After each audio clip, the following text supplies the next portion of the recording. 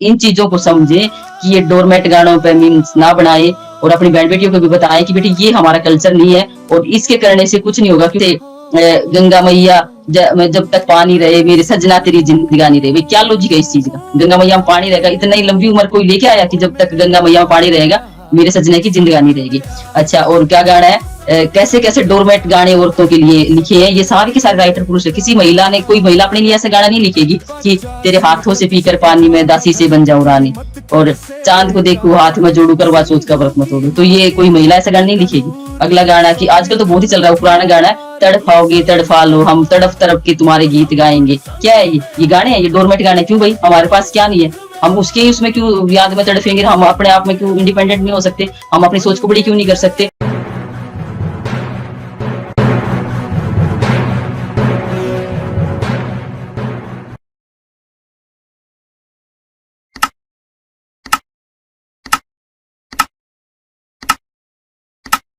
सभी को संगीन मामी 3 बार।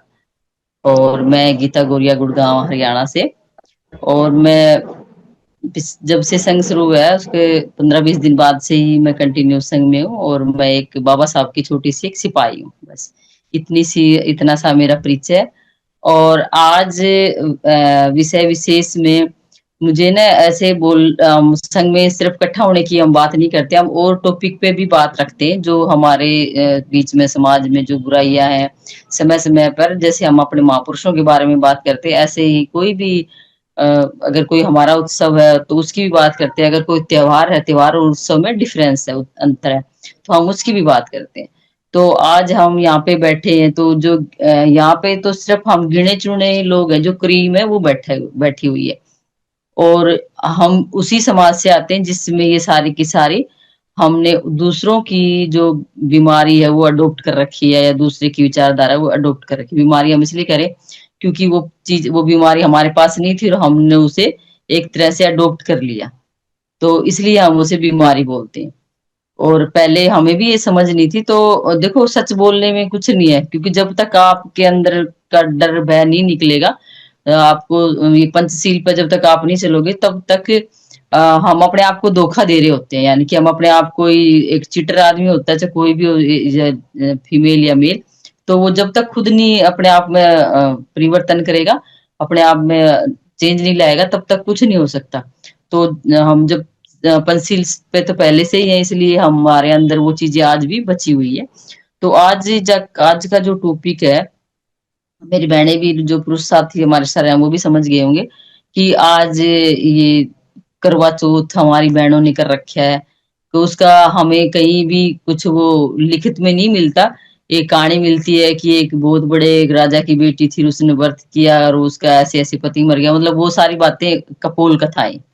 तो और मतलब फिर वो कहते हैं कि औरत के व्रत करने से या फास्ट रखने से आदमी की लंबी उम्र होती है। तो इस तरह की जो ये मनगढ़ंत बातें हैं, जो हमारी दादी नानियों ने नहीं करा ये व्रत, और हमारी माओ ने भी नहीं करा होगा। हमारे हमने तो नहीं देखा हमारी माँ ने कभी ये व्रत करा। लेकिन हमारी जो पीढ़ी थी, ये 45-50 साल की जो हम बहने हैं, उनके पास ये सब चीजें कैसे आई? क्योंकि हमने उनकी विचारों को अडॉप्ट कर लिया जब हमारे पास सुविधाएं आई बाबा साहब की वजह से, और हम उनकी ही रंग में रंगने लग गए। उनके ही त्योहार, उनके ही तीज त्योहार, उनकी सारी चीजें व्रत हमने सारे के सारे अडॉप्ट कर लिए, यानी ग्रहण कर लिए। जैसे जैसे क्योंकि पहले हम क्या थे, दो दो चार रोटी इसके चक्कर में रहते थे, और उसके बाद जब हमारे पास पैसा आया तो हम सोचे उस पैसे को कैसे खर्च करें, कैसे सोसूबाजी करें। तो आज उसी पे ही मेरी थोड़ी सी बात रहेगी। तो ये जो चीजें हैं ये हमारे लिए नहीं है। मैं इस पोर्टल के माध्यम से, समन संघ के माध्यम से जहां तक आवाज जाए वहां तक ये बातें मतलब साझा करना चाहते हैं हम अपनी बहनों से, अपनी माताओं से, कि ये चीज हमारे लिए नहीं है। पहले जो सती प्रथा होती थी, जो ब्रिटिश काल में, उससे पहले अकबर ने भी इस सती प्रथा पे रोक लगाया था, जो कि उसका अगर हम डीपली में पढ़ेंगे तो 1529 में उन्होंने भी, 1500 यानी कि 16वीं शताब्दी में उन्होंने भी इस पे काम किया है। सबसे पहले भारत में उन्होंने ही रोक लगाई थी, लेकिन वो नहीं पूरी तरीके से बंद हुआ। तो जब ब्रिटिश काल था तो उस समय का जो प्रेजेंट का, उस टाइम का जो गवर्नर था, उस टाइम का लॉर्ड विलियम बेंटिंग, उन्होंने पूरी तौर पे मतलब इसको सती प्रथा पे रोक लगा दी थी। और भारत में हम कहते हैं कि राजा राम मोहन राय समाज सुधारक है, उस उसके अप्रोच से ये हुआ, वो उसकी वो बात थोड़ी अलग है, डीपली में हम नहीं जाना चाहेंगे इतना, लेकिन जो डीपली बात ये है कि उन्होंने हमारा जो, और हमें नहीं होता था, हम सती प्रथा हमारे अंदर नहीं थी, ये उन लोगों के अंदर थी कि पुनर्विवाह नहीं था, और ये सब चीजें उनके वो नहीं था कि विधवा को एक अलग कोठरी में रखना सफेद कपड़ों में। ये हम जो कामगार लोग थे जो यहाँ के मूल निवासी थे, हमारे साथ ये वाले बातें नहीं होती थी। लेकिन जब उनकी वो तो वो अपने पति की या मियाँ की लंबी उम्र के लिए उनको पता था कि अगर ये चला गया, ये टपक गया, तो मेरे को भी इसके साथ जिंदा, इसकी चिता के साथ जिंदा जला दिया जाएगा, क्योंकि ढोल नगाड़ों से उसको लेके जाते थे, और उसमें उस औरत की आवाज को, जो वो चिल्लाए चीखे कुछ भी करे, उसकी आवाज को दबा दिया जाता था। तो इस तरह से जो वो चीजें थी जो आज से 200 साल पहले खत्म हो गई लगभग, और आज भी उस चीजों को ढोते आ रहे हैं, मतलब आगे उनको प्रचार प्रसार में। और अब तो इतना ज्यादा मतलब हम जो, जितना ज्यादा हम पढ़ी लिखी हैं, खाली हम लिखी हुई को पढ़ी हुई बहनें हैं, जो हम पहले वाली पीढ़ी ने जितना कम मतलब थोड़ा जानकारी थी, लेकिन इतनी नहीं थी कि उनके अंदर ये चीजें नहीं थी। लेकिन अब जितनी हम ज्यादा पढ़ी लिखी अपने आप को मानती है, उतनी ही ज्यादा हम रूढ़िवादी और मतलब पाखंडवाद में फंसी पड़ी है।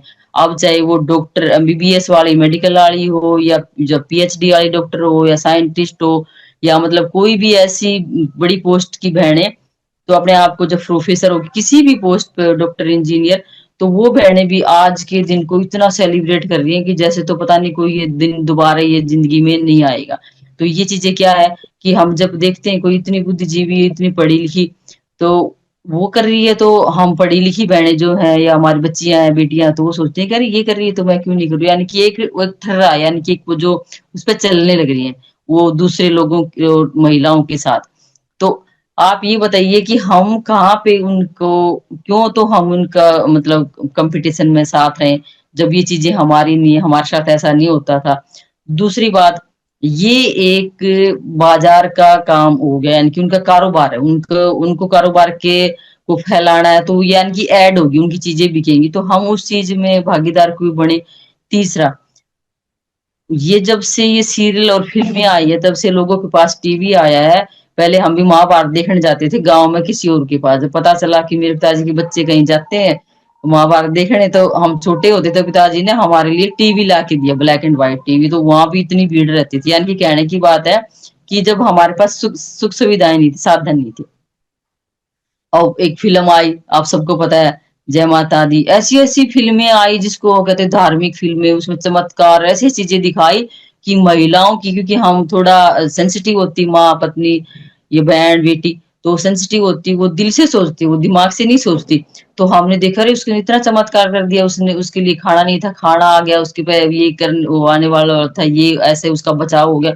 तो मतलब हम मन से गुलाम बन गई, मतलब इतनी ज्यादा कि उस आस्था में हमें इतना डुबो दिया। और आज भी सीरियल फिल्मों में ये कि ये चीजें चली आ रही है अभी भी, उन्हीं के नाम पे, जब अभी भी ऐसे ऐसे सीरियल बन रहे हैं कि मतलब उनका कोई जवाब नहीं। आप सबको पता है मेरे से ज्यादा, क्योंकि मैं तो 2014 से टीवी नहीं देख रही हूँ, न्यूज के सिवा एक दो चैनल।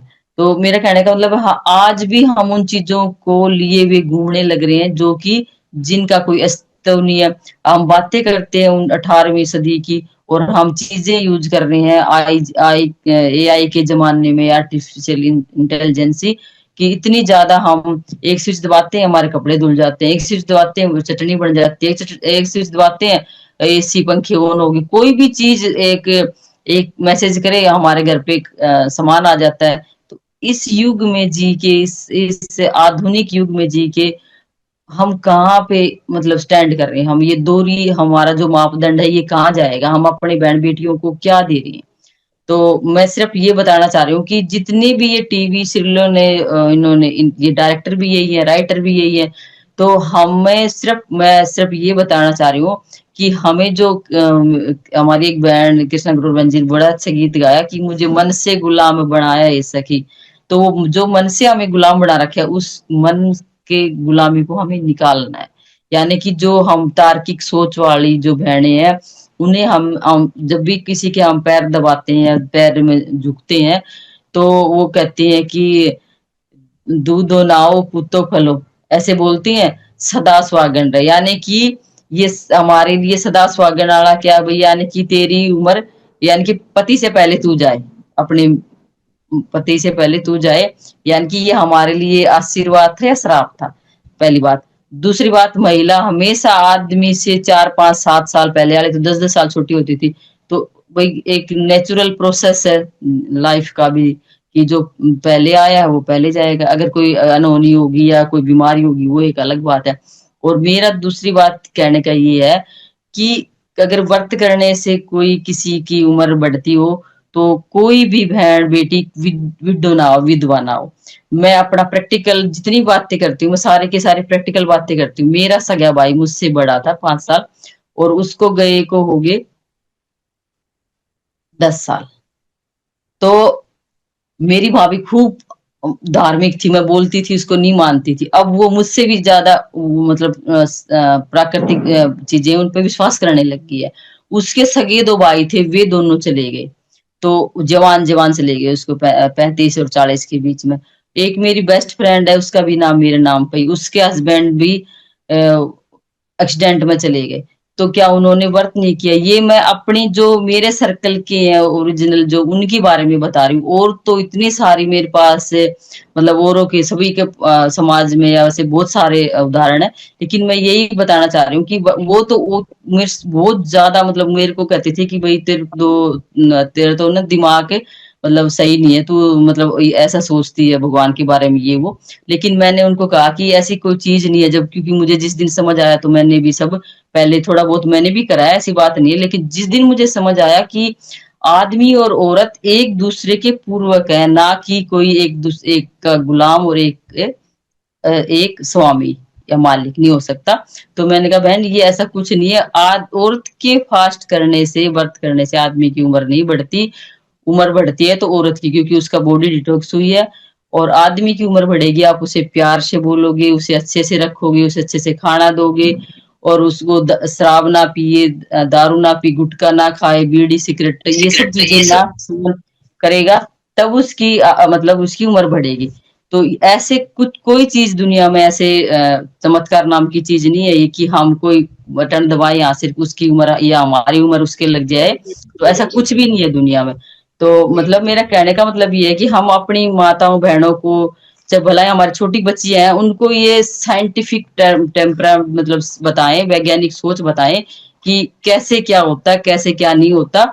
और विदेशों में लोग, हमारे देश में अभी पटाखे चल रहे थे, अभी हो सकता है बाहर चांद चुंद निकला है। और हम बचपन में भी देखते थे कि जब कहते चांद निकलता तो दादी भी नानी भी यही बोलती चंदा मामा आ गया।